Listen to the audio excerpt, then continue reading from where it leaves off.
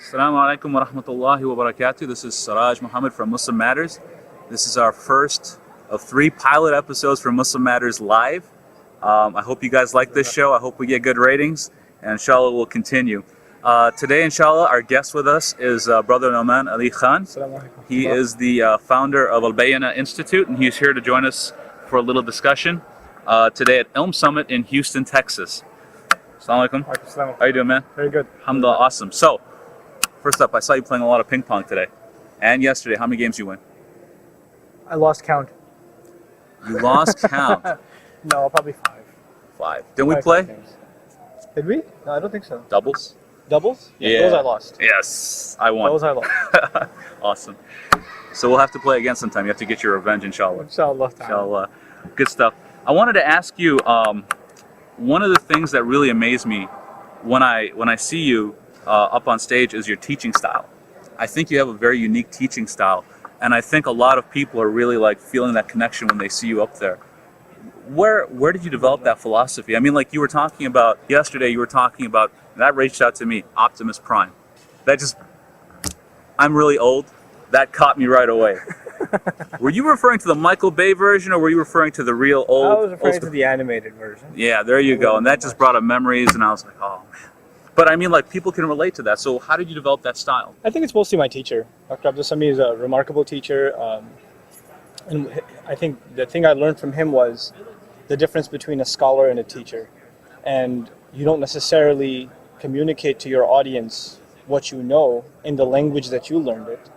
You are more concerned with the aptitude of your audience. Mm-hmm. And really learning should be turned, or as a teacher, you should be more engaged in a conversation than in a speech. So as if you are talking to someone, you wouldn't use, verbose language, you wouldn't resort to technical terms, right. You wouldn't try to act super sophisticated, even if the concept was sophisticated. So as long as you can think of yourself as engaged in an audience, I think it's not some great secret of public speaking, but I think it really helps connect to the audience. And it's really back to the basics, if you will. So. That's awesome. And honestly, like, I really like that same teaching style. I mean, when we talked yesterday, we were talking about a very technical subject. I mean, we were talking about balagha, and you were like coming at us at a very, even though it's a sophisticated topic and a very academic topic, you were coming at us in a way that we could sort of relate to it and understand it, and it was really coming through.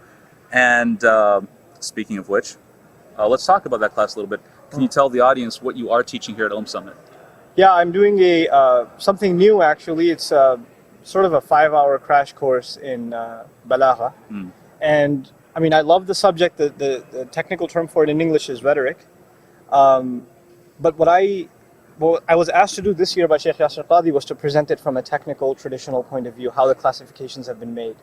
Personally, my own conviction leads me to say that the traditional classifications are good for academic value, but they're not very, very good for instructional value. In other words, sometimes there's over-technicality involved, and we give terms and then subcategories and subcategories of subcategories, and it turns into an encyclopedia of terms. And people just get blown away by that. Right. So in education, you have 2 things. You have terms and you have concepts, right? Now, the hardest subjects you can think of, like medicine or, architecture or whatever it may be, one of the things that makes them really hard is there's a huge, vocabulary of terms that you have to sort of immerse yourself in. So a physician has a certain kind of language that the layperson doesn't have. The concepts behind those terms may well be really simple, but it gets coated over with this really strong, thick layer of terminology, right? So I was asked to present this stuff, but I can only come to it from the philosophy of education that I'm convinced of. So I say al-badi', al-ma'ani, and then al-bayan, these technical sciences of Arabic, and they have really long technical definitions. But instead, what's the bottom line? Yeah. What's the heart of the matter? Let's cut through the fat and let's get to the concept first. And then to me, the terminology can wait for when you or the rest of the audience, the few of them that want to go further in this subject and really want to get a master's degree in this thing or read 4 or 5 books on it, now they can use the technical terms. For general benefit, you don't get much out of learning the terminology. You do get far more out of it appreciating the concepts behind them. So that's really what I approach the subject with. Before this, I actually used to teach applied balagha. What that means is these are concepts of this study. Balagha is exploring what makes the Arabic language remarkable, or how do you speak in an effective fashion. And usually it's studied so you can appreciate Quran, because it's remarkable language. Right. So instead of teaching Balagha, I actually go straight to Quran and say, let me show you how that's really awesome, how Allah speaks, how Allah says this one thing, or how He uses that one word, or how this story is placed here, then it's placed here. What makes this so amazing, right? Now, this is applied Balagha. So instead of getting into the philosophy and the academics behind it, we just go straight to the point. Why? Because I think in our times, most Muslims, even if they read Quran, they read it in translation. Yeah. And when they do, because you're coming from a literature background, I mean, you've taken English class in high school, you've done, history or other studies in college. So when you come to a book, you come to it with a critical mind. This critical analysis is part of our academic training. Okay. So when we come to the Quran with that, even though we have a faith perspective, questions do come up in our mind. Yes, that's very true. Right? Extremely true. Why is this changing all of a sudden? How come this story was here and it was here again? How come the subject was about this and all of a sudden it was fasting, then it went to fighting, and then it went to Hajj? What just happened here? Right? These kinds of questions come up. Then, why is this surah over here? Why is that one over there? These are literary kinds of questions, right? And the answers to them lie in books that are very technical. They got two problems with them. One, they're technical. Two, they're in Arabic. Right, so you've got the answers to these questions that are just buried away in libraries, and this stuff needs to be there for the access of the average Muslim. It needs to be watered down to popular science versions of this stuff. Mm-hmm. Why is that critical? Because I'm not even talking about the student of knowledge, or the really serious Muslim or whatever, or the aspiring scholar. The average Muslim has these questions, and what it creates is then they go online to search the answers, and the more of your hits are not going to be on Muslim sites depicting the beauty of the Quran. More of those hits are going to be on criticisms against the Quran, actually criticisms against it, and allegations of the Quran being grammatically incoherent or all sorts of stuff. And so the Muslims are reading this stuff. And even the Muslims are like, what's going on here? This guy has a PhD next to his name. He must know what he's talking about, right? So we need to make this stuff mass knowledge, public access knowledge. Yeah. And it needs to come off the shelves and needs to be presented in basically this fashion. Inshallah. I completely agree. I remember when I was in college and the internet just started taking off, there were all these websites out there that were listing, here's a contradiction here, here's a contradiction there, there's Right. internal, external, blah, blah, blah. And a lot of people had questions and there were no people to really answer. There would be, I guess you could say, lay students of knowledge, lay people who try to answer the questions, try to answer from a logical perspective, but it was very difficult to find people who could understand and respond from a technical Arabic perspective. Exactly. And really just lay it down and say, look, this is a problem, or these questions have come up Yeah. not thousands, but maybe 1,000 years ago, 1,400 years ago. They've been answered. We already know the answers to these problems. Exactly. The other thing is, if you answer those questions from a technical point of view, that may not help the person asking the question, because they don't have the technical background. I mean, if you ask me a question about some software bug and I start talking to you in technical jargon, oh, they must have had this syntax wrong or that, it wouldn't make any sense to you. Right? So it needs to be watered down to your level. Exactly. You have these doctors nowadays, physicians. They have this requirement that they have to make sure the patient understands the problem they have. So they make these dummy charts. This is you. This is your disease, and this is how we're going to solve it, etc. Et watering it down. It's okay. It's not insulting the audience. It's really coming to them, respecting the level they're at this time. And if they get to a higher level, they can have access to those books directly. But until then, we need to come to them. I wanted to ask you about a program you have online. You've been doing tafsir online for Juz Amma. Yeah.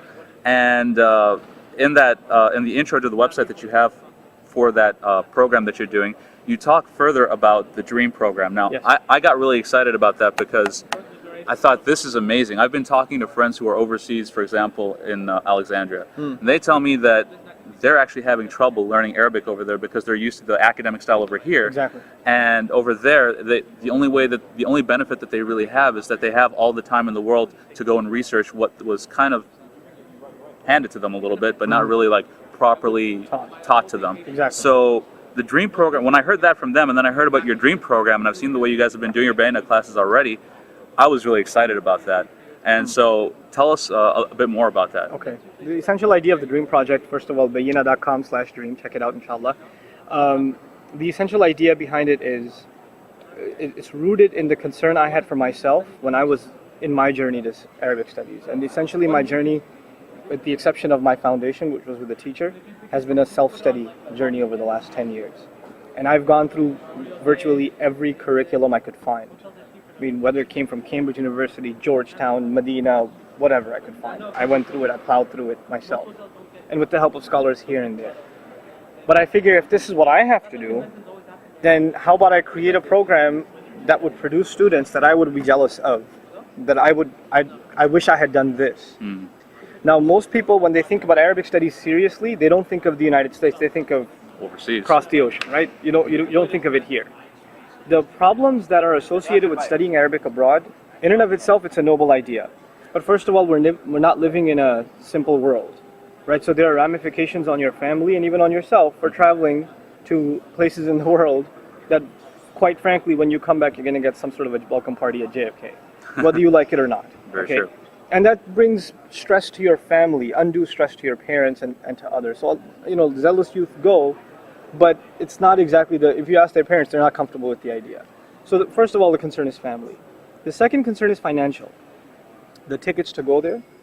Then you're spending about 2-3 weeks, if not a month and 2 months to get adjusted to the kind of food, to the the transportation system, the educational style of the teacher. Simply put, very simply put, the Eastern model of education, this is not just the Arab world, this is the Eastern world of education. The teacher is up here, the student is down here, and the teacher says, why don't you come up to me? Right? All the expectation is on who?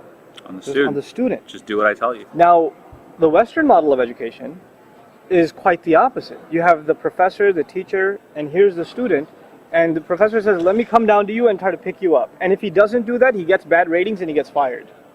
Right? So the idea That's true, yeah. this idea of coming to the student instead of expecting from the student, spoon feeding, right? This is one of the philosophical differences between the models of education that we have, right? Students are used to this model, and also they're used to handouts, bullet points, specific milestones. I know this now, I will know this tomorrow, I will know this the next day. The exam is on this day, etc., etc. Clear-cut objectives and expectations. Exactly.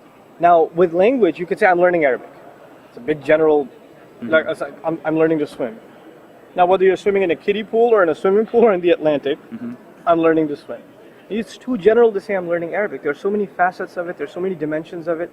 They need to be quantified. They need to be qualified. What are the skill sets the student's actually looking for? So there's a difference between somebody who wants to learn Arabic to be a tourist, right, or to make small talk with their imam or something. And there's a difference between that guy and the guy who wants to maybe read Islamic books in Arabic. And even between that guy and someone who wants to analytically study the Quran word for word and grammatically analyze it and lexically analyze it, right? There's a difference between these people. Their objectives are different. So they're really engaged in different kinds of Arabic studies. Now, until you define Arabic as clearly marked separate objectives, you can't approach them that way. You can just say, I've been learning Arabic, right? And maybe you have a little bit of everything, but not a whole lot of one thing, right? So the idea of the program is take these focuses and to organize them as milestones. So in the beginning, it's grammar and syntax, and you master this stuff. And then you move on and you master reading Arabic texts and navigating them. And eventually you master communication in Arabic and be able to write and read and converse and research. Basically, you get immersed in the language. All of this here in the US, inshallah ta'ala, our vision, to be very basic about it, is we're hoping to literally buy a mansion, okay? And like a 20-bedroom big place. That's awesome. Okay, I was inspired. This is crazy. I was inspired by this idea. I was at a friend's house who loves watching, what's that called? Mixed martial arts. Okay, so I'm sitting at his house and he's watching this stuff. Yeah. And these guys are beating each other to death, and then they go back to this mansion where they live together and train together or something. Yeah. But there's this one place that's like, that is so cool. What if a bunch of guys live together for 10 months and they just studied Arabic? No ideological stuff. Nothing denominational, if you will. They're just purely mastering the language. That's all they're doing, right? And they're doing it, with a top-notch scholar, and they're under contract that after the first month they can't use anything else. So they're in the heart of Texas, but they're speaking Arabic for those 6 hours a day, or that during the daytime, and they're allowed maybe 2 phone calls, 3 phone calls a day to family and stuff like that. But they're under this tight regiment of a program.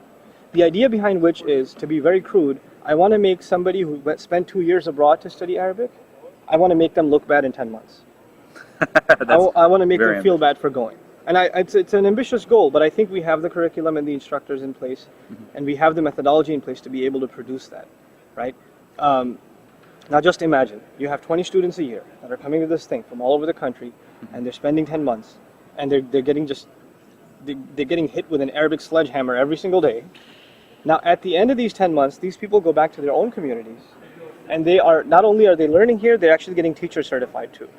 So they're getting trained in how to teach at least the first tier, the first quarter of what they learned, they can teach, right? They're getting certified in that. So they can go back and enhance their Islamic school. They can go and enhance an Arabic study circle. They don't have to wait for me or some other teacher or some program to come and visit their community. They can make their own now. It becomes a homegrown solution. So you have masajid and halaqat. You have in communities, you have youth that have potential. Now community sees this kid has potential, but we don't want to ship him to overseas. Let's just send him to Bayyina and let him at least get the Arabic out of the way, and then he can do his Islamic studies in this place. Because what's the real object to Islamic studies? What's the big barrier? It's Arabic. It's Arabic, yeah. Right? You're listening to the speaker, you understand everything until he busts out the Arabic, until he quotes some quote, right? So if you get that out of the way, you've opened the door to Islamic studies generally, right? So that's essentially the idea. We're hoping to actually even open up over the years multiple campuses. So start with Dallas, move on, branch out to even North Carolina and Michigan. These communities, because we have strong support in these communities. And even if one of these three, we're hoping that it's even a sisters-only campus with a sister instructor. But in the meantime, the one I'm hoping to launch right now in Dallas, we're trying to raise awareness of it and raise funds for it on the Dream site. Yeah. But I don't feel comfortable raising funds, like fundraisers for a project. So I want to give back something in exchange. Yeah. So the seer lectures that I study for 20 hours a week and put up as a public service, I was like, here's a service to the community, and you can help us out. You can download these. Whatever you want to do. You don't want to help, just make dua. If you want to help, you can help as much as you can, and inshallah ta'ala we'll make this project a reality. Awesome. Awesome. And if people wanted to volunteer, how would they go about doing that? Let's say they had some ideas, they wanted to contact you, they wanted to say, hey, I'll help you guys get the word out. We need a lot of help. We need a lot of technical help. We need, the technology of our site needs to be overhauled, needs to be enhanced. So we need developers to come forward and maybe put some time in and help out. We need, if you're in a small town somewhere and you have one masjid or two masjids or something, and you have 200-300 people coming for Jummah, even less, and you want our programs to come to you, put a team of people together, maybe 2 people even. I don't need 10 people. 2 people that do the legwork with the local center, and then they contact our PR. You can email me at arabic@bayyina.com. You can email our PR department, pr@bayyina.com, and say we want you guys to come to our community. We can start setting something up, so we can start branching out. Our methodology isn't state by state or city by city. It's really Islamic center by Islamic center. We want to go to the heart of the Muslim community, which is the masjid, and really essentially first and foremost conduct our programs there, and then do larger programs that are together. So at the same time, we're doing this cream of the crop, 20 students a year thing. And at the same time, we want to do reach everybody out there, and get to them. And subhanAllah, it's been amazing that our programs are attended by 75-year-olds and 8-year-olds at the same time. SubhanAllah. So it's a gift from Allah. I have a very pressing question. You spoke yesterday about your specialty in uncle psychology. Is that something in the linguistics department you picked up? No, it's. Do you have a PhD, MD? What is this? It's traveling to literally dozens upon dozens upon dozens of masjids. And dealing with elders in the community. I see that there are wrongs on 2 sides. Youth get frustrated too easily, and the elders are hard to communicate with. They can use some very sharp commentary to get their point across. They're not exactly subtle in how they approach youth sometimes. So there's this clash that occurs between young people at the masjid and the older folks. And most of the time young people start abandoning the masjid. And when you say, why don't you guys come to the masjid? I see you guys at Jummah, but I don't see you any these elders, man, I don't want to deal with them. They're this way or that way or the other way, right? And there's some legitimacy to that claim. There are, from what I've noticed also, people as they get older generally, one of the things that happens to you is you get more set in your ways. Yeah, you get set in your ways, and you can get annoyed easily, and you don't necessarily want to take the time out to understand everything the other is saying. You have an expectation, you want it met a certain way, right? And people get like that at their work, and they get like that at their home, and they bring that to the masjid too. They bring that to the community too. Now, for youth, it's really important that they understand that, and they use that to their advantage. What elders appreciate more than anything else is a young person who's not trying to dodge them or always trying to critique them or coming after them, but actually someone who's trying to befriend them, break the ice, hang out with them. Right? There's this. It's what's become is the elders have their own social circle. Like you could tell this after the salah is done. When the salah is done in every masjid, who's talking to who? The elders are talking to each other, right? Sometimes it's ethnic. The Arabs are talking to each other, the Indians are talking to each other, the Pakistanis to each other, and the youth to each other, right? They're cut off, right? What needs to happen is the youth need to come in and just say, "How are you? How's it going? You know, want to grab a donut or something? Let's, just." Could I invite them to go weightlifting with me, or maybe you could go bowling with them? Would that be Probably part a of good those idea.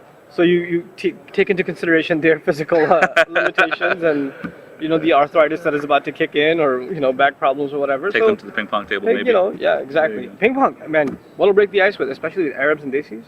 Ping pong. This should be at every international negotiations. Ambassadors should bring ping pong paddles with them. Breaks the ice, I tell you.